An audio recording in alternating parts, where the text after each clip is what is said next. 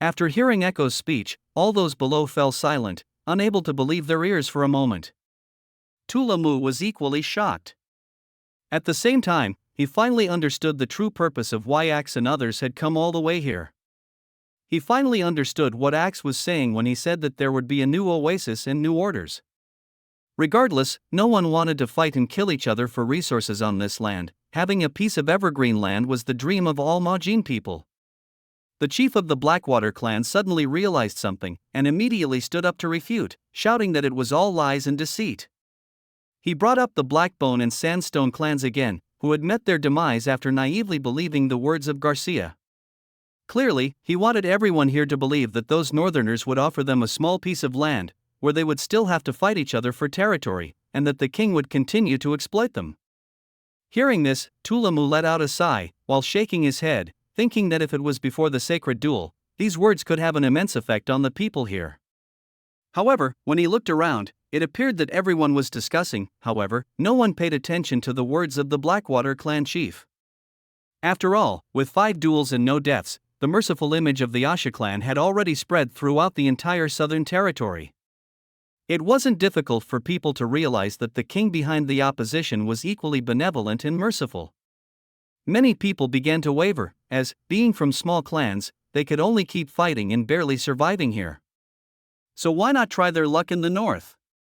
Echo walked behind the Blackwater clan chief, telling him he was wrong. Pointing out that Garcia needed mercenaries, not citizens, and that was the biggest difference between Garcia and King Roland. That was also why she chose the powerful Blackbone and Sandstone clans known for their combat strength.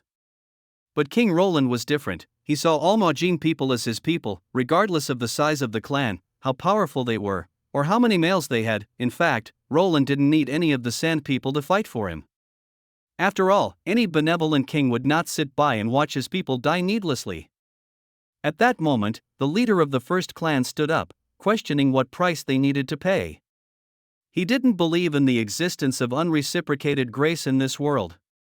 He seemed hesitant, but ultimately, he gritted his teeth and asked Echo to tell him the cost, ready to accept whatever it was. Echo calmly replied that it was simple: work. Just like the citizens in Grey Castle, work for the kingdom and work for themselves. Earn a salary, improve their living conditions, receive education, and raise offspring. This was all Roland wished to see. Hearing this, everyone fell silent again.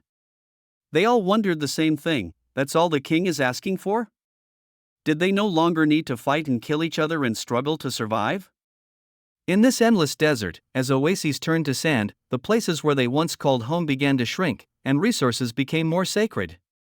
Perhaps it wouldn't be long before everyone would be buried by the expanding desert. Echo looked at the crowd again, questioning if they intended to keep fighting and dueling for survival, soaking the sands with blood, only to eventually disappear with the oasis in the far south. Was that the outcome they were willing to accept? From the cries of the people below, it was clear they didn't want to continue living like this. Looking at the woman on the stage, who had captured everyone's attention, a tear rolled down Axe's face. He kneeled on one knee, so happy that he finally witnessing this day. Echo assured them once more that the truth would prove everything. One middle-aged man below the stage kneeled, placing his hand on his chest. Soon, more people knelt down one after another, cheering for Echo and bowing to salute the birth of the great chieftain Roland. The witches smiled at the scene, and through the communication imprint held by Hummingbird, Roland too heard the deafening cheers. Roland listened to all this with emotion, thinking that they had finally taken the first step. However, this was just the beginning. There was much more to be done. Looking at the 3 young witches in front of him, Roland needed them to head to Iron Sand City immediately to treat Lorca. They were to set off tonight and were expected to arrive at Dragon Fall Ridge to rest for the night and arrive in Iron Sand City the following day. Lightning pointed to herself and Maisie, asking if both needed to go. Roland smiled and said that Maisie alone wouldn't be able to strap Nanoa onto her back. He then advised them to dress warmly, as flying in this weather was no easy task. Nanoa looked out at the falling snow and suddenly realized she would likely be strapped to Maisie's back, causing her to shiver at the thought. Maisie raised her hand, assuring that she would arrive on time. Lightning, a bit disheartened, thought she would be left out of the exploration, pled Roland not to explore the snowy mountains before she returned. She didn't want to miss such a grand adventure, otherwise she would be super upset. Roland couldn't help but laugh at the thought of the greatest adventurer crying. However, he promised that he would wait for their return then to have them join him in the exploration. A few hours passed. After a day's work, Roland arrived at the third border town. This isn't exactly a town, rather. This was an underground bunker hollowed out at the foot of the mountain, with a massive iron gate towering tens of meters tall, with watchtowers at its four corners topped with barbed wire, and two machine gun bunkers standing imposingly at the entrance. To construct it, it had nearly spent a third of Neverwinter's entire winter steel production, but he was confident that this fortress could withstand any demonic beast. The group entered the bunker, and the light dimmed in soon. They were engulfed in complete darkness. Phyllis took out a glowing magic stone and led the way.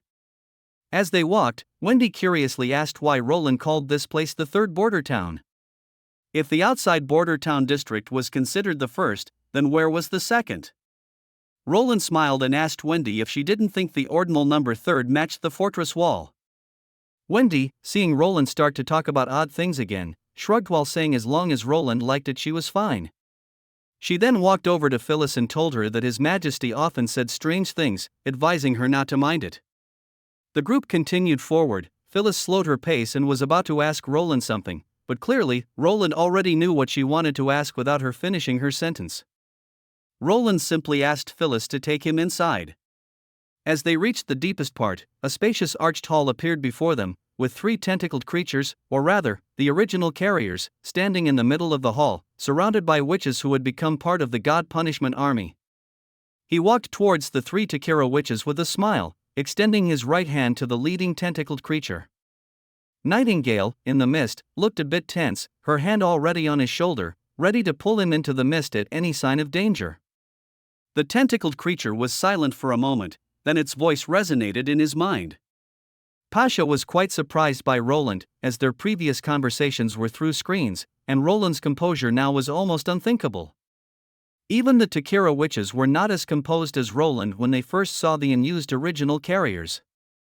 Nonetheless, the creature extended a tentacle to shake hands with Roland.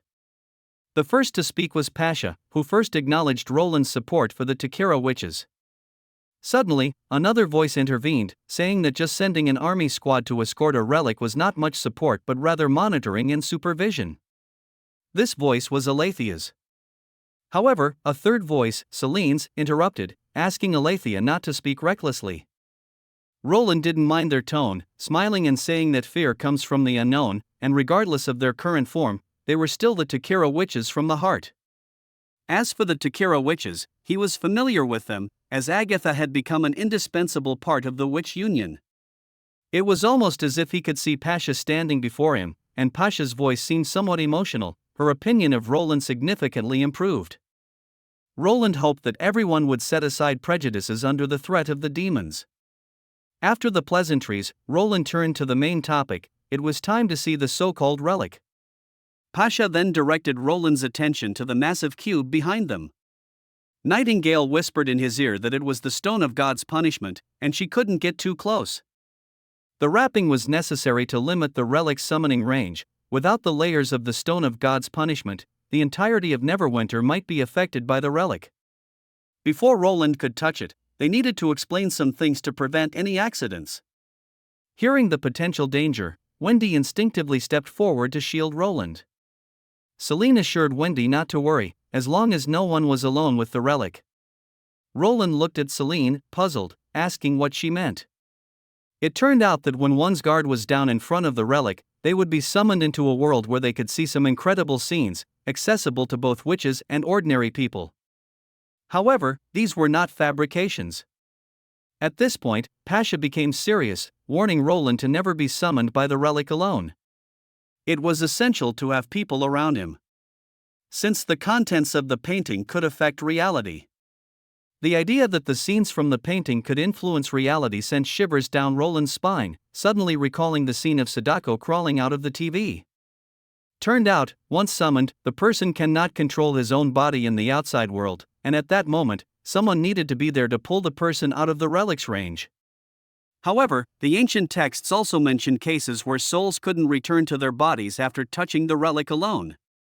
The risk was lower if multiple people took turns making contact.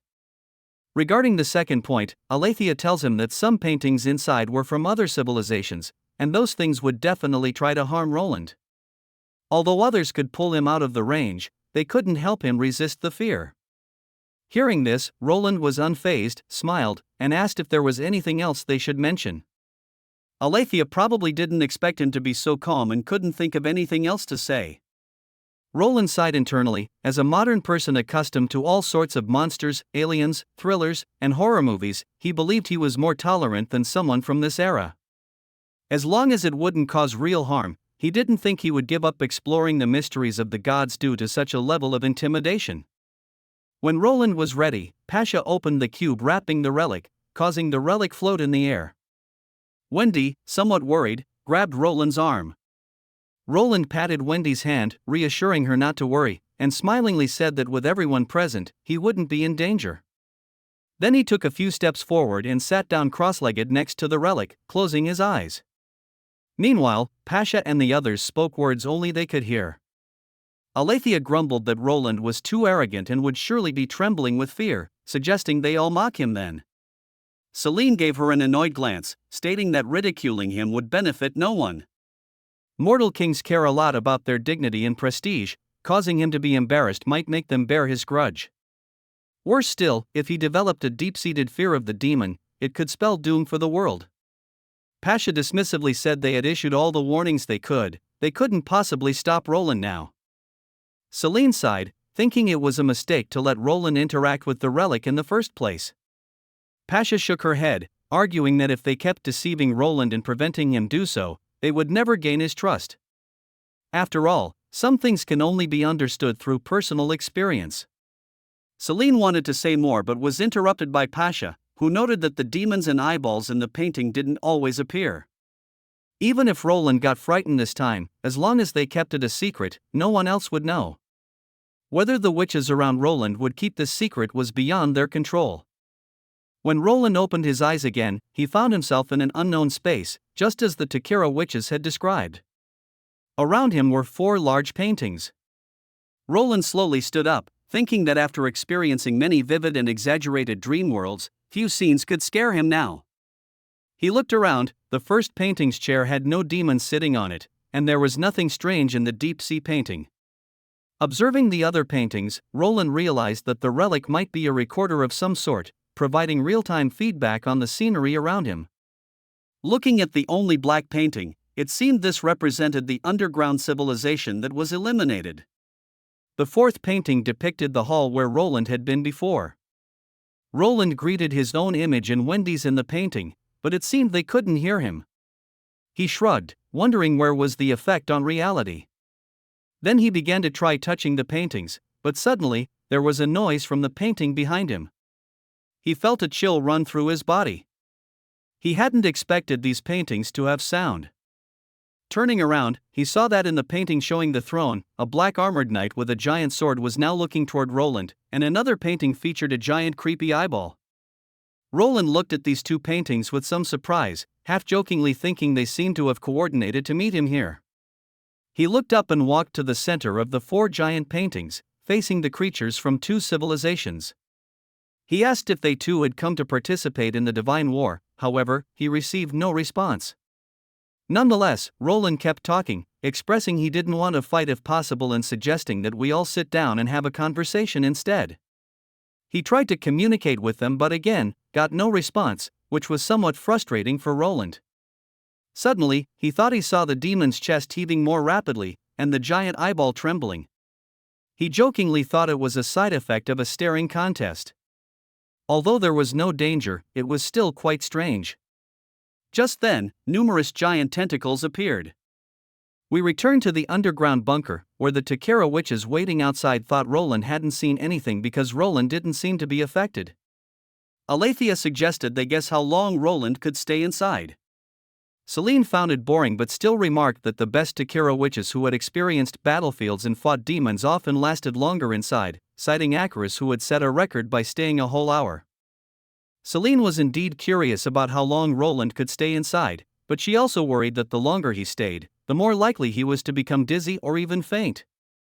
Suddenly turning around, Celine asked Pasha if she had failed to mention this point.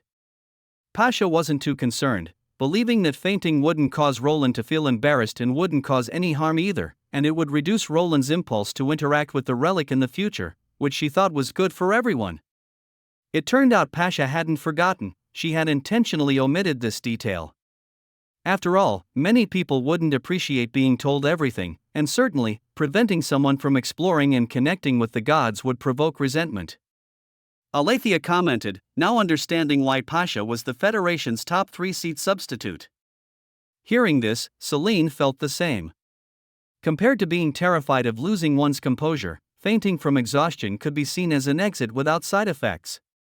It could curb Roland's curiosity without damaging relations between the two sides. Clearly, Pasha had thought further ahead than both of them. After a while, nearly 30 minutes had passed since Roland interacted with the relic, but there seemed to be no abnormalities. Alethea was curious, suggesting they might witness a new record. Another 30 minutes have passed by. Celine, however, was uneasy, looking at Wendy standing there anxiously. She wondered if an unprecedented accident might occur. At the same time, Nightingale was actually talking to Wendy in the mist, both of them very concerned. After a few minutes, they both decided to act. Wendy couldn't help but step forward, seemingly wanting to wake the king, but was stopped by Pasha, who worried that Wendy too would be affected by the relic. Wendy insisted on going in to bring Roland out, but Pasha told her that what each person saw was unique, and even if she went in, she couldn't bring back the king. Seeing Wendy being stopped, Nightingale thought the Takira witches were up to something. Worried about Roland's well-being, she emerged from the mist, a revolver in hand, pointed at the 3 Takira witches, her finger already on the trigger, ready to shoot at any moment. The 3 of them were startled, clearly knowing the power of the firearms. Without hesitation, they all prepared to forcefully pull Roland back. Pasha extended her tentacles to wrap around Roland, pulling him back to Wendy's side. Then the others immediately covered the cube again. Suddenly, Roland's eyes snapped open. The first thing he saw was 2 huge pairs, boing boings. Wendy helped him stand up, asking anxiously how he felt. Roland's legs were a bit numb from sitting for so long, but other than that, he didn't feel any discomfort. He recounted what he had seen, like the eyeball and the armored knight in the paintings. He tried to communicate, but it seemed they couldn't understand him. The Takira witches were astonished. They didn't expect Roland to have encountered the demon and the giant eyeball. They exchanged glances, surprised that Roland could face the demon and the enemy from another civilization and still hold on for so long. Pasha inquired what happened next. Roland recalled how suddenly some black tentacles appeared and attacked them, wrapping around their bodies. The demon was struggling to break free, then used fire and sword to cut off the tentacles. The demon was clearly injured and fled immediately after breaking free. As for the giant eyeball, several tentacles had pierced into it, but suddenly a blinding light burst from the eyeball, and some blue liquid flowed out, but it too managed to break free and then fled, apparently also severely injured. Roland wasn't attacked, but looked inexplicably at the 2 paintings and shrugged, thinking, is that the end of it? To put it simply, the tentacles were very strong, and the demon and the eyeball had no choice but to flee. The Takira witches were not surprised by the appearance of the black tentacles, because many had witnessed the same thing, and all had been attacked by the tentacles. However, they also knew that as the person's stamina continuously depleted, the relic's influence on the person would grow stronger. Of course, resisting such mental erosion is not something ordinary people can manage. Even battle-hardened witches would quickly feel fatigued and eventually lose control over their bodies.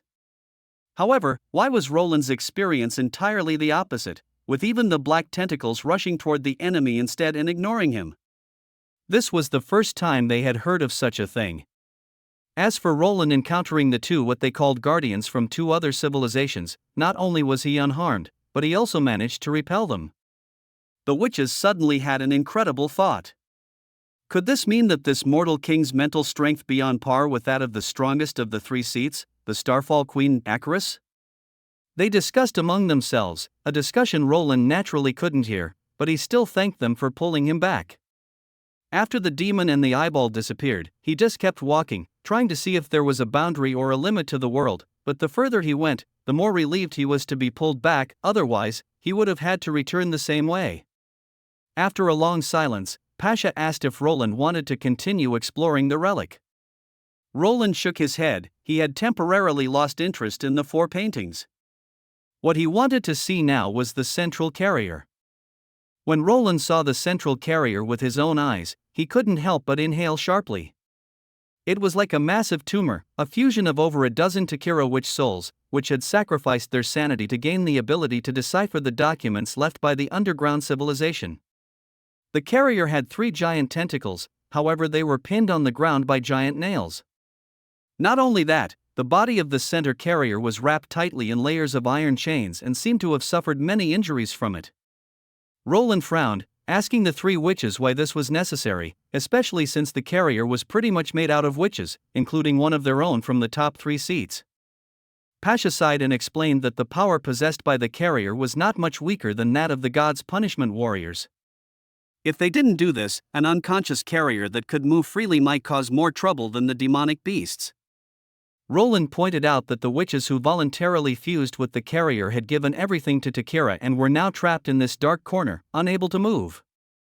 This was unfair to them. Pasha understood Roland's point, her voice tinged with bitterness. Although they had tried to ask the witches inside the carrier about their feelings, they got no response. Aletheia was also moved by Roland's words, realizing that he truly cared about the witches' feelings.